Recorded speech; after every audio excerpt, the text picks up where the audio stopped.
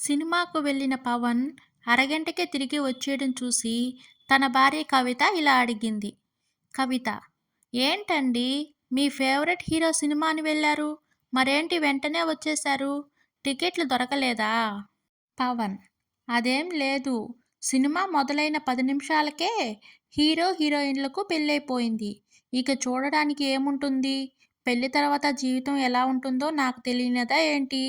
పైగా నా favourite hero ఆ కష్టాలు పడడం నేను చూడలేను. అందుకే వచ్చేశా.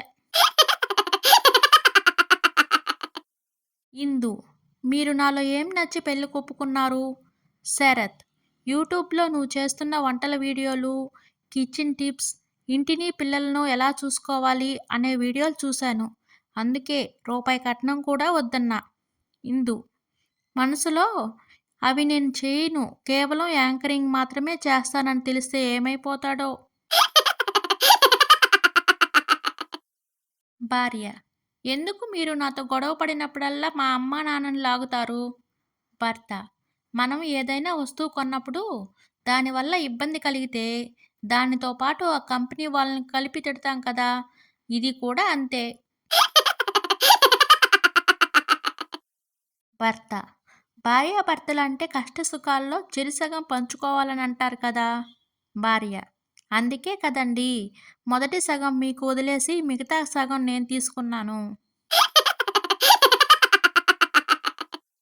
కుమార్: అరే కిరణ్, ఏమైందిరా?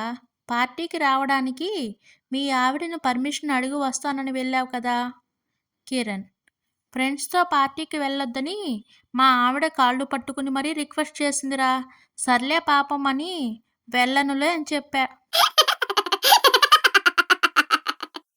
రమ: ఇదేంటి రాధా, నేను 3 నెలల క్రితం జిమ్లో జాయిన్ అయినప్పుడు ఎంత బరువు ఉన్నానో ఇప్పుడు అంతే ఉన్నాను.